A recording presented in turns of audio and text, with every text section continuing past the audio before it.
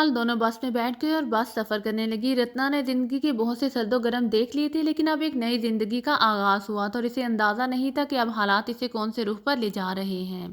जयचांद के साथ जिंदगी कैसे गुजरेगी? बज़ाहिर तो वो इसकी मोहब्बत में दीवाना था। अगर जिंदगी के कुछ साल इसकी मोहब्बत के सहारे गुजर जाएं तो अच्छा है, कम अज कम ये तो होगा कि उसे औरत बनने का मौका मिलेगा। वो अपनी ज़ात में बुरी नहीं थी, जो कुछ भी हुआ था एक हादसा था। इस हादसे ने इसे हकीकी ज़िंदगी से दूर करके न जाने क्या बना दिया था, मगर इसे वो सब कुछ खुद भी पसंद नहीं था। सफ़र जारी रहा। खेतों के सिलसिले खत्म हो गए, बंजर जमीन बस के साथ साथ दौड़ रही थी। कभी कोई छोटी सी आबादी नजर आ जाती और इसके बाद फिर वही वीरान सिलसिले। दिन के कोई 11 बजे के करीब बस का ये सफ़र खत्म हो गया। जिस बस्ती में आकर वो उतरे थे उसका नाम नई बस्ती था। अच्छा खासा शहर आबाद था, लेकिन इसके बारे में ना जयचंद कुछ जानता था और ना रत्ना के कुछ जानने का सवाल पैदा होता था। अलबत्ता रास्ते में जयचंद अपने बराबर बैठे हुए एक देहाती से बातें करता रहा था। नीचे उतरकर इसने तांगा लिया तो रत्ना ने सरगोशी के अंदाज में पूछा, किस खास जगह जा रहे हो? हाँ, हमें कहीं ना कहीं तो कदम जमाने ही हैं। मेरे साथ जो देहाती बैठा था, मैंने इसे इस बस्ती के बारे में पूछा था। बस्ती में कई सराय हैं, इसके अलावा ऐसी जगहें भी हैं जहां कयाम के लिए जगह मिल जाती है। मुझे ऐसी ही एक जगह का पता चला है। वो देहाती जो था, इसका नाम चमन सिंह था। उसने मुझे एक औरत का पता बताया है, उसका नाम हीरा है। हीरा अपने यहाँ थोड़े बहुत अरसे के लिए कयाम करने वालों को पनाह देती है। थोड़े से पैसे इसे देने पड़ेंगे हमारे आर्थिक कयाम के लिए। वो एक अच्छी जगह होगी, लेकिन हम वहाँ रुकेंगे नहीं, बल्कि थोड़े अरसे के बाद यहाँ से एक और आबादी चलेंगे। लेकिन इस बारी के बारे में हमें मालूमात हासिल करनी पड़ेंगी। बड़ा लंबा सफर होगा ये। बस मेरी तुमसे विनती है कि घबराना नहीं। अगर तुम घबरा गई तो सारा खेल खराब हो जाएगा। नहीं, तुम मेरी चिंता मत करो, मैं जैसे भी होगा गुजारा कर लूंगी, रत्ना ने कहा। तांगा अपना सफर खत्म करके कच्चे पक्के मकानों की एक बस्ती में जाकर रुक गया। मकानों की छतों पर फूंस के छप्पर पड़े हुए थे। तांगे वाले ने सामने इशारा करते हुए कहा, हीरावती का घर वो है। जयचंद रत्ना के साथ नीचे उतर आया और फिर इसने तांगे वाले को पैसे दिए और हीरावती के घर के दरवाजे पर पहुंच गया। इसने दरवाजा बचाया तो एक नौजवान औरत ने दरवाजा खोल दिया। तुम हीरावती हो? जयचंद ने पूछा। नहीं, मौसी अंदर है, औरत बोली। पीछे से आवाज आई, कौन है रजनी? कौन आया है? मासी मेहमान है तो अंदर बुला लो। आओ बेटा आओ, भगवान सुखी रखे। नई नई शादी हुई है तुम लोगों की, आओ अंदर आ जाओ। रहने की जगह चाहिए क्या? हाँ मासी जी, थोड़े दिन तुम्हारे यहाँ रहना चाहते हैं। चमन सिंह ने तुम्हारे घर का पता बताया है। आओ आओ, भगवान सुखी रखे। वो सामने वाला कमरा तुम जैसे नई शादीशुदा जोड़ों के लिए ही है, बूढ़ी औरत ने कहा, और वो दोनों इसके साथ अंदर दाखिल हो गए। छोटा सा मकान, छोटा सा बरामदा और चारों तरफ छोटे छोटे कमरे। ये मकान छप्पर से ढका हुआ था, ठंडा लेकिन पुरसुकून। बरामदे में पड़ी हुई लकड़ी की एक तख्त पर हीरावती ने जल्दी से एक चादर बिछाई और इन दोनों को बैठने के लिए कहा। फिर बोली, 2-3 कमरे बना रखे हैं, इनमें से 3 कमरे किराए पर देती हूँ, थोड़े बहुत पैसे मिल जाते हैं। मेरा पोता पता नहीं कहाँ चला गया है, इसकी धर्मपत्नी और बेटा जो 7 साल का है यहाँ रहते हैं। बस यही हमारा जीवन है। तुम लोगों के आ जाने से बड़ी खुशी हुई है। मेहमान थोड़े से पैसे दे देते हैं जिससे हमारा हर्ष चल जाता है, लेकिन आने वालों से जो मिलता है वो बड़ा जरूरी होता है हमारे लिए। ये लीजिए मासी जी, आप पैसे रख लीजिए और हम लोगों के लिए जरा इंतजामात कर दीजिए। तुम परवाह ही ना करो, रजनी सारे इंतजामात कर देगी तुम्हारे लिए। थोड़ा सा सुकून हासिल हुआ था, थोड़ी सी मन को शांति मिली थी। और ये दोनों यहाँ आने के बाद बड़ी अजीब सी कैफियत महसूस कर रहे थे। एक बड़ी सी चारपाई इस कमरे में बिछा दी गई थी और बूढ़ी औरत हस्बे तौफीक उनकी खातिरमदारत कर रही थी। जयचांद ने इसे जो कुछ दिया था वो भी अच्छा खासा था। और बेचारी रजनी, एक जो नौजवान औरत थी, इन दोनों का भरपूर ख्याल रख रही थी। जयचांद ने रत्ना से कहा, जगह तो ठीक है, लेकिन मैं बस्ती के बारे में ज्यादा नहीं जानता। अगर तुम्हें कोई मुश्किल पेश ना आए तो जरा बाहर घूम आऊं। हाँ क्यों नहीं, तो फिर मैं थोड़ी देर में आता हूँ, जयचंद बोला और वहां से चल पड़ा। रत्ना अपने बारे में सोचने लगी। जिंदगी में ये तन्हाई तो बहुत पहले से पैदा हो गई थी, लेकिन बाकी सारी बातें आप सामने आ रही थीं। हल्के से खौफ का एहसास भी था। अपने पीछे अच्छे खासे दुश्मन लगे हुए थे, कहीं ऐसा ना हो कि ये दुश्मन इसे तलाश करने में कामयाब हो जाए। ऐसी सूरत में क्या किया जा सकता था? रत्ना इस वक्त तन्हाई में अपने आप पर गौर कर रही थी और सोच रही थी कि अभी तो जिंदगी बड़ी बेमकसद और बेसहारा होकर रह गई है। हो सकता है कि जिंदगी को कोई सहारा हासिल हो जाए। सच्ची बात तो ये थी कि जयचांद भी इसके मन का मीत नहीं था। वो तो बस एक मजबूरी थी। कोई सोचता तो रत्ना को पागल ही समझता। एक बेकार से जिंदगी को इतने सहारे मिल गए थे। विक्रम खन्ना पाँव धो धो कर पीता था, लेकिन इंसान के दिल में एक ख्वाहिश छुपी होती है, एक आरज़ू होती है इसके वजूद में, जिसे वो कभी कभी खुद भी नहीं समझ पाता। और अगर ये कहा जाए तो गलत नहीं होगा कि बरसों वो अपनी ही तलाश में रहता और अपने आप को नहीं पा सकता। रत्ना भी शायद इसी कैफियत का शिकार थी। विक्रम खन्ना की दूसरी बीवी ने अपने मन के मीत संभाल रखे थे।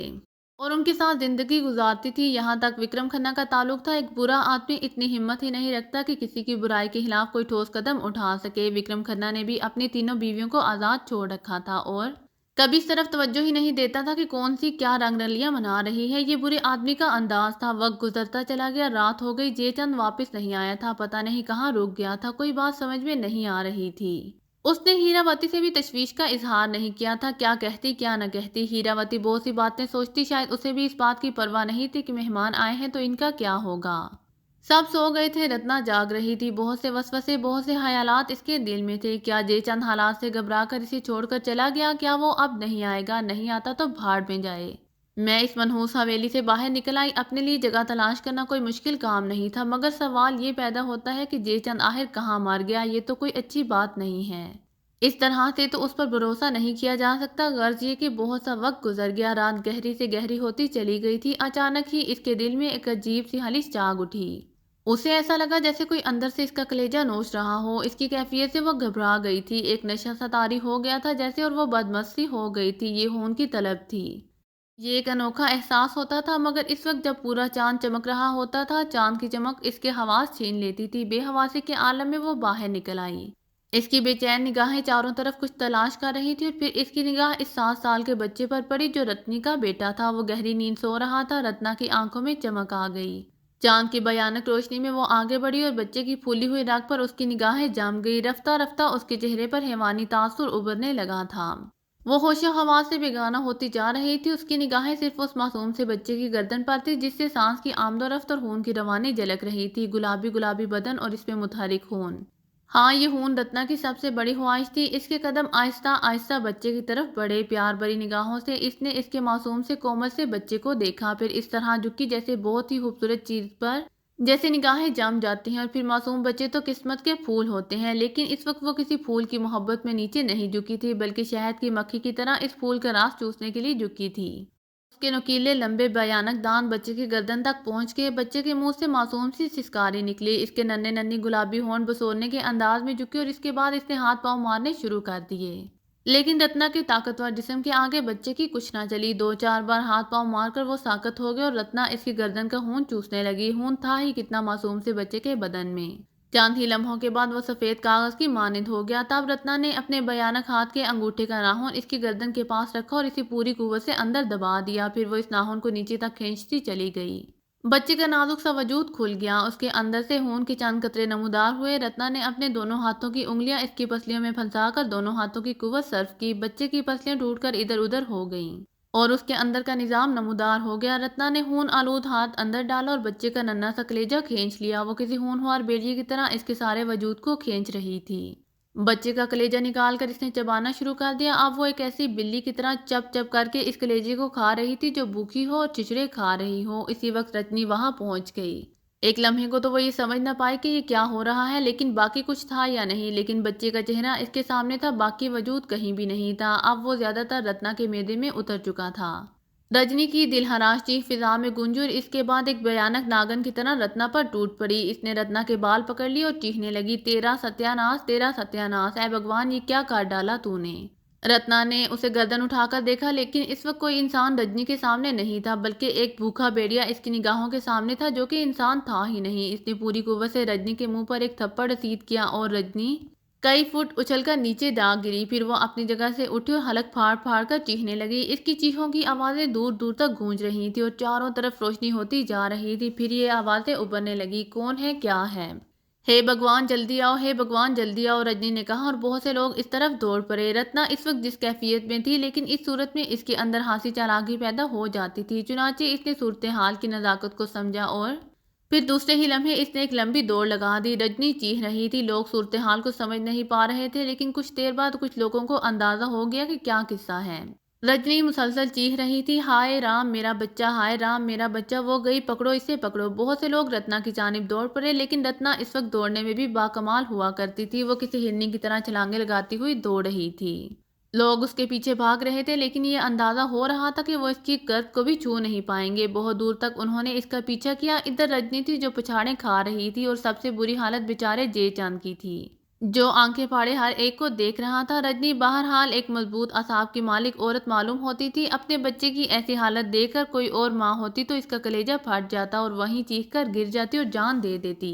लेकिन रजनी ने अपने आप को संभाला हुआ था। फिर इसने लोगों को बताया कि किस तरह रत्ना ने इसके बच्चे का जीवन ले लिया। लोगों ने हैरत से बच्चे की लाश देखी और जब लाश देखी तो काम गए। इधर जयचंद हैरान परेशान खड़ा हुआ सूरत हाल मालूम कर रहा था। दफ्तन ही रजनी की निगाह जयचंद पर पड़ी और इसने खूनी लहजे में कहा, नहीं छोड़ूंगी पापी, नहीं छोड़ूंगी, मेरा बच्चा, हाय मेरा बच्चा। ये कहकर इसने करीब ही एक लकड़ी का कुंडा उठा लिया और इसे दोनों हाथों से पकड़कर जयचंद के सर पर दे मारा। उसने ये कुंडा इस कुव्वत से मारा था कि जयचंद का बेजा बाहर निकल पड़ा। इसके मुंह से चीख भी नहीं निकल सकी थी इतनी देर में कि लोग रजनी को रोकते।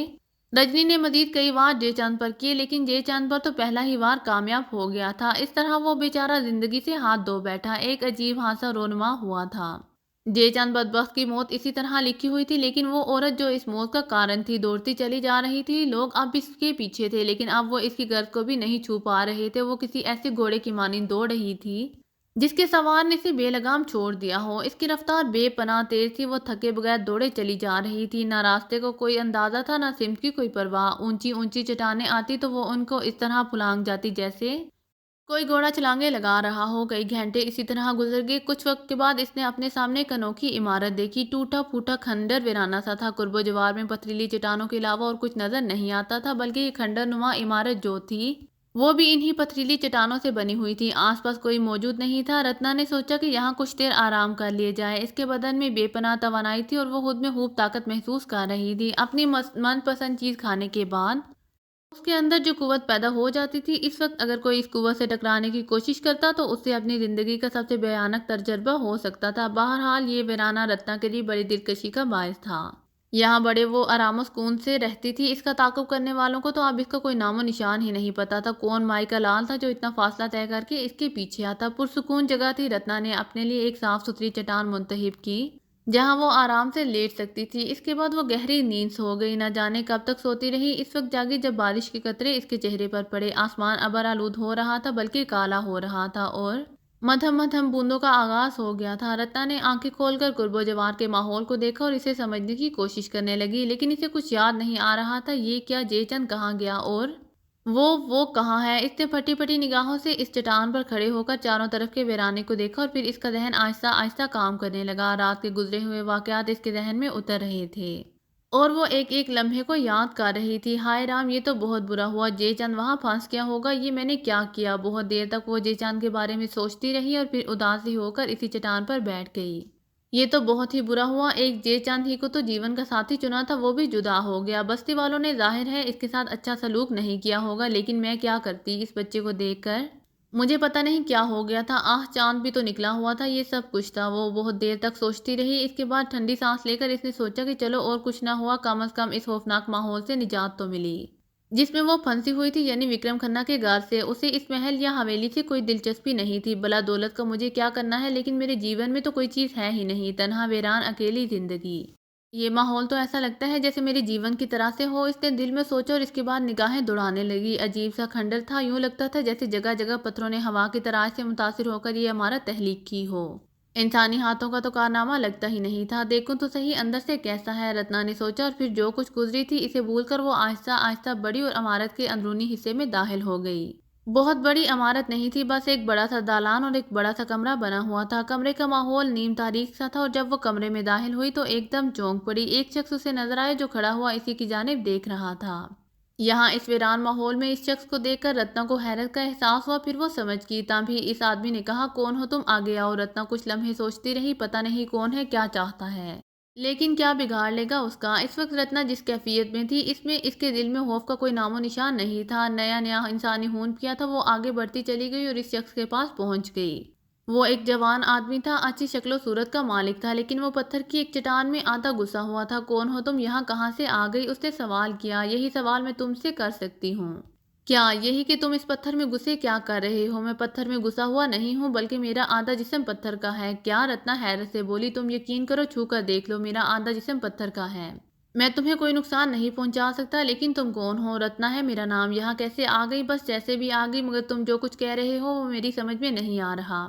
हाँ, बहुत अरसे के बाद मुझे किसी इंसान से बात करने का मौका मिला है। जो कुछ कह रहा हूँ तुम्हें वाक़ई समझ में नहीं आएगा। तुम ज़िंदा कैसे हो? बस मैं नहीं जानता मैं कैसे ज़िंदा हूँ, कितने अरसे से इस हालत में हो? खाते-पीते क्या हो? कुछ नहीं, यही तो मैं पूछ रही हूँ, फिर ज़िंदा कैसे हो? बस अब मैं ये नहीं जानता, तुम ये समझ लो मैं एक ऐसे जादू के फेर में फँस गया हूँ जिससे निकलना अब मेरे लिए मुमकिन नहीं रहा। और शायद यही वजह है कि मुझे खाने-पीने की ज़रूरत भी महसूस नहीं होती। झूठ बोल रहे हो, देखो लड़की तुम जो कोई भी हो मुझे तुमसे कोई गर्ज़ नहीं है। बस इंसानियत के नाम पर मैं तुमसे थोड़ी-सी हमदर्दी चाहता हूँ और कुछ नहीं तो कम से कम मुझसे थोड़ी बातें ही कर लो। सबसे पहली बात तो ये है कि मुझे तुम्हारी बात पर यकीन ही नहीं है, तो तुम यूँ करो वो सामने देखो लकड़ी का मोटा-सा टुकड़ा पड़ा हुआ है, इसे उठाकर मेरे निचले बदन पर जितनी कुव्वत से मार सकती हो मारो। अगर तुम इस पत्थर को तोड़ दोगे तो मुझे कोई एतराज़ नहीं होगा क्योंकि मैं जानता हूँ कि ये मेरा बदन है। ताज्जुब की बात है, रत्ना ने ताज्जुब से इसे देखा फिर बोली, किसी जादूगर की फेर में कैसे फंस गए? हाँ, कौन है वो? रंधेरा, रंधेरा कौन? रंधेरा की कहानी बड़ी अजीब है, अगर बताना चाहो तो मुझे बताओ। हाँ, मैं चाहता हूँ, बहुत अरसे से मेरे सीने में ये एक कहानी पक रही है और मैं सोच रहा था कि काश कोई इसे सुनने वाला मिले। बताओ मुझे बताओ, बहुत पुरानी बात है, मैं अच्छी खासी ज़िंदगी गुज़ार रहा था। मेरा नाम ममदू है, रेलवे स्टेशन पर कुल्ली का काम करता था, अच्छे खासे बदन का मालिक था। सारी बातें अपनी जगह थी लेकिन मेरे दिल में एक ख्वाहिश थी। कहीं से दौलत कमाऊं, मुसाफिर गाड़ियों से उतरते थे तो मैं इनका सामान लेकर बाहर जाता था। इस वक्त भी मेरे दिल में बुराई ही रहती थी। मैं सोचता था कि मुझे कोई ऐसा बूढ़ा मुसाफिर मिले जिसके पास नोटों से भरा हुआ बैग हो। वो बीमार हो, बैग मुझे दे और कहे कि फलां जगह पहुंचा दो और फिर रास्ते में मर जाए। कभी भी सोचता कि रेल के किसी डिब्बे में सेट के नीचे जेवरात से भरा हुआ संदूक मिल जाए। बस यही ख्वाहिश मेरे दिल में रहा करती थी। एक दिन सुबह का वक्त था, ट्रेन आकर रुकी थी। एक बेगम साहिबा मुझे मिली, उनके पास एक छोटा सा अटैची केस और मामूली सा सामान था। मुझे लेकर बाहर आई और फिर उन्होंने कहा, कुल्ली मेरे साथ चलेगा?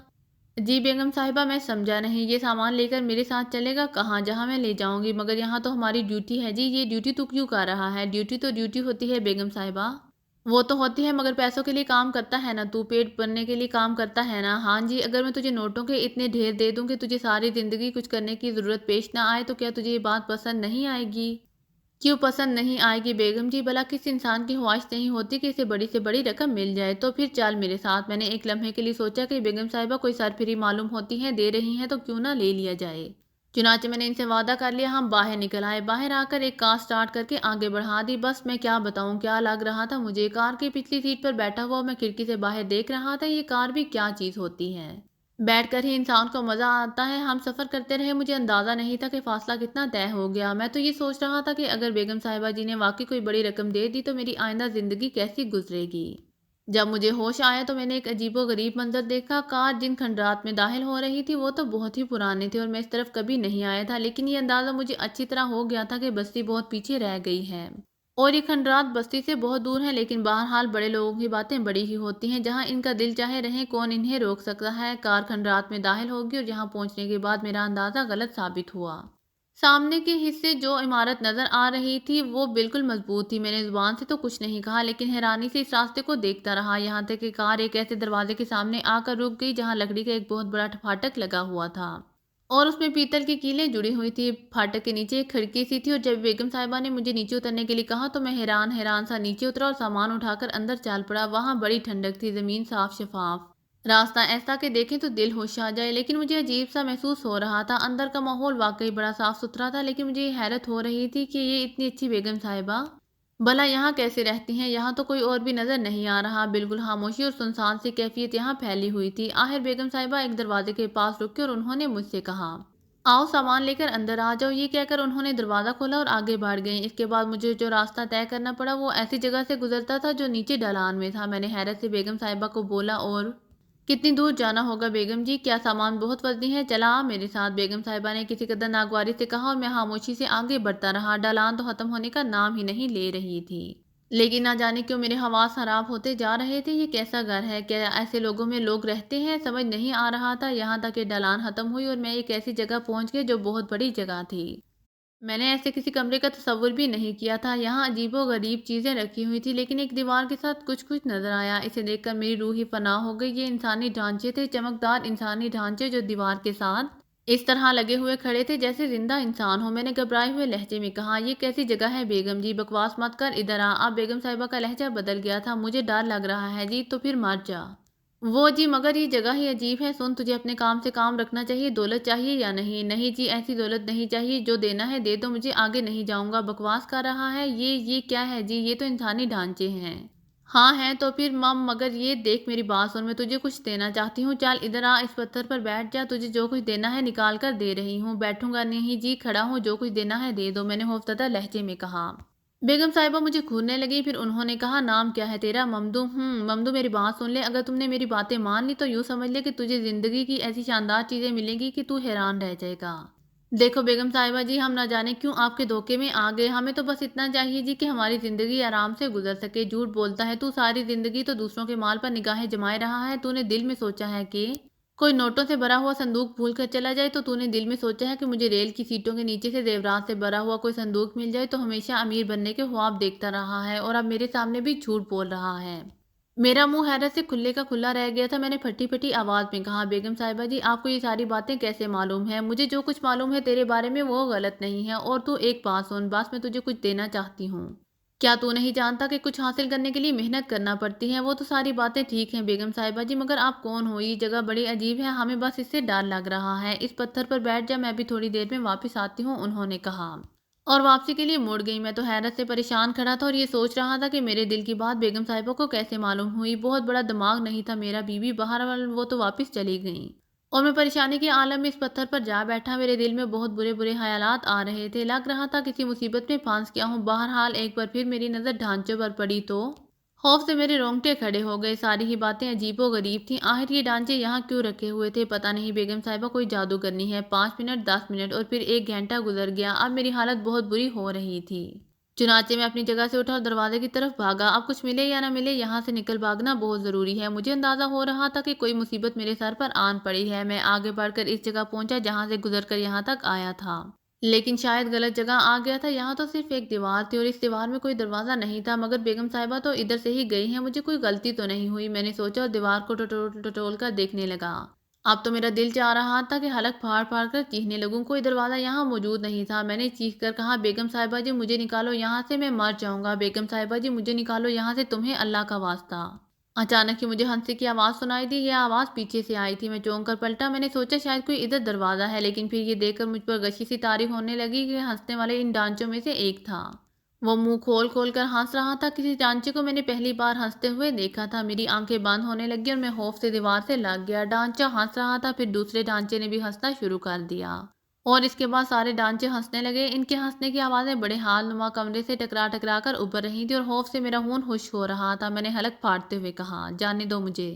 ڈھانچے اور زور زور سے ہنسنے لگے، پھر اچانک ہی خاموش ہو گئے۔ میں اپنی جگہ سمٹا کھڑا رہا۔ اچانک ہی مجھے محسوس ہوا جیسے کمرے میں دھند سی ہو رہی ہے، سفید سفید دھند۔ آہستہ آہستہ یہ دھند پورے کمرے میں پھیل گئی۔ مجھے یوں لگ رہا تھا جیسے میرا دم گھٹ رہا ہو۔ میں نے اپنے ہاتھ گردن پر رکھ لیے، میری آنکھیں حلقوں سے باہر نکلنے لگیں۔ پتہ نہیں کیا ہو رہا تھا، آہستہ آہستہ میرے پیروں کی جان نکلنے لگی اور اس کے بعد میں زمین پر بیٹھتا گیا۔ مجھے کوئی ہوش نہیں رہا تھا، پھر نہ جانے کب ہوش آیا تھا۔ پورا بدن اسی طرح اینٹ رہا تھا جیسے شدید سردی میں پڑا ہوا ہو۔ کافی دیر تک میں اسی عالم میں پڑا رہا، پھر میں نے اٹھنے کی کوشش کی مگر بدن ایک طرف لڑک گیا۔ میرا سارا بدن اکڑ گیا تھا۔ رفتہ رفتہ میں نے ہاتھ پاؤں ہلانے شروع کر دیے اور تھوڑی دیر کے بعد میری کیفیت بحال ہو گئی۔ پھر میں نے ادھر ادھر نگاہیں دوڑائیں اور یہ دیکھ کر حیرت ہوئی کہ اب میں اس جگہ پر نہیں تھا جہاں وہ خوفناک ڈھانچے موجود تھے، بلکہ یہ کوئی دوسری ہی جگہ تھی۔ بڑا اچھا کمرہ تھا، چھت اونچی تھی، کمرے کی دیواروں میں لائٹیں لگی ہوئی تھی، سامنے کی سمت بھی ایک دروازہ نظر آ رہا تھا۔ میرے ذہن میں گزرے ہوئے واقعات گھومنے لگے، میں دل ہی دل میں اپنے آپ پر لعنت بھیجنے لگا۔ سچی بات یہ ہے کہ دولت کا لالچ انسان کو پاگل بنا دیتا ہے۔ کاش میں صرف ایک کلی رہتا، عزت سے جو روٹی ملتی اسی پر گزارا کرتا۔ وہ روٹی جو عزت اور محنت سے کمائی جائے دنیا کی سب سے اچھی اور سب سے ہلکی روٹی ہوتی ہے۔ کم از کم انسان اس کے حصول کے لیے کسی مصیبت کا شکار نہیں ہوتا، جبکہ دولت کا لالچ اسے ہمیشہ ذلیل و خوار کرتا ہے۔ نہ صرف ذلیل و خوار کرتا ہے بلکہ کبھی کبھی زندگی کی مشکل بھی آن پڑتی ہے۔ بہت دیر تک میں انہی خیالات میں ڈوبا رہا۔ اپنے ساتھی کلی یاد آئے، نہ جانے کتنا وقت گزر چکا تھا، وہ لوگ میرے بارے میں کیا سوچ رہے ہوں گے۔ ہمارا ٹھیکیدار جو ہمیں تنخواہ دیا کرتا تھا اور جس کے پاس ہمیں حاضری لگوانی پڑتی تھی، بڑا ہی سخت مزاج تھا۔ کوئی بغیر کہے سنے غائب ہو جاتا تو بس ٹھیکیدار مصیبت ہی ڈال دیتا تھا۔ اتنی بری طرح ڈانٹ ڈپٹ کرتا کہ بندے کا دام ہی نکل کر رہ جائے۔ اب میں کیا کروں؟ اگر آپ کو میری ویڈیو پسند آئے تو please like, share and subscribe کرنا مت بھولیے گا۔ جزاک اللہ۔